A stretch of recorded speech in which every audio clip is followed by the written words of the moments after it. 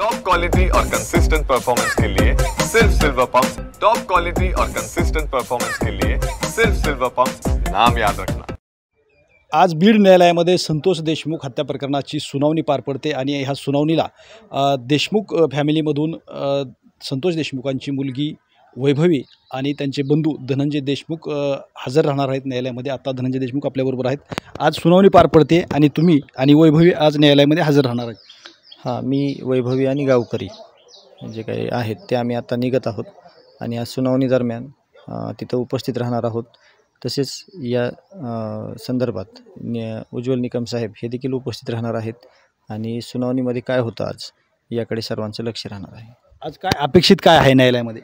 अपेक्षित हेच आहे सुरुवातीच्या दिवसापासून की ज्या क्रूरकर्मी लोकांनी ह्या सगळ्या ज्या एका निष्पाप माणसाला, आमच्या कुटुंबाला ज्यांनी पोरकं केलं, ज्यांनी एकदम अतिशय चुकीच्या पद्धतीनं संपवलं आमच्या माणसाला, कुटुंब प्रमुखाला, त्या सगळ्या क्रूरकर्मी लोकांना जेवढ्या लवकरात लवकर होईल तेवढ्या फाशीची शिक्षा झाली पाहिजे हीच आमची मागणी आहे आणि ते तशी शिक्षा लवकरात लवकर व्हावी।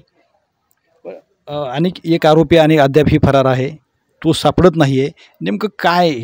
मी 1-2 दिवसापूर्वी SP साहेबांना एक मेसेज पाठवलेला होता की या संदर्भात काही माहिती भेटते का, किंवा लोक जास्त प्रमाणात विचारतात हेच प्रश्न की कृष्णा आंधळे फरार आहे त्याविषयी काही माहिती भेटते का।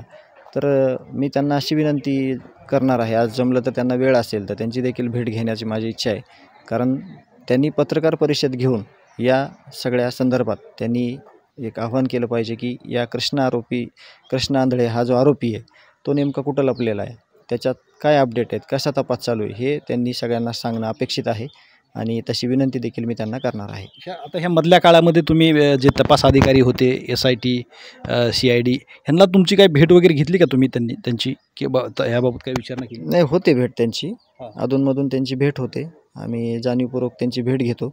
परंतु ते सांगतायत की पथक वगैरे त्यांच्या मागावर आहेत, परंतु तो काही कुठं सापडत नाही, तो एकदम शातीर आहे, तो मोबाईल वापरत नाही किंवा जे काय असेल त्यांच्या अडचणी ते सांगतात, परंतु तो लवकरात लवकर सापडला पाहिजे, जेरबंद झाला पाहिजे आणि त्याला शिक्षा झाली पाहिजे। आज निकम साहेबांना तुम्ही न्यायालयात सुनावणी झाल्यानंतर भेटणार आहे? हां, त्यांचा आत्ता गेल्यावर वेळ आहे का नंतर वेळ आहे यावर आम्ही म्हणजे त्यांचा वेळ बघून आम्ही त्यांना भेटणार आहोत। ओके, धन्यवाद। एकंदरीतच आज ह्या प्रकरणाची जी सुनावणी आहे ती बीड न्यायालयामध्ये पार पडणार आहे आणि या सुनावणीला देशमुख कुटुंबातून धनंजय देशमुख जे संतोष देशमुखांचे बंधू आहेत आणि संतोष देशमुखांची मुलगी वैभवीसुद्धा हजर राहणार आहे।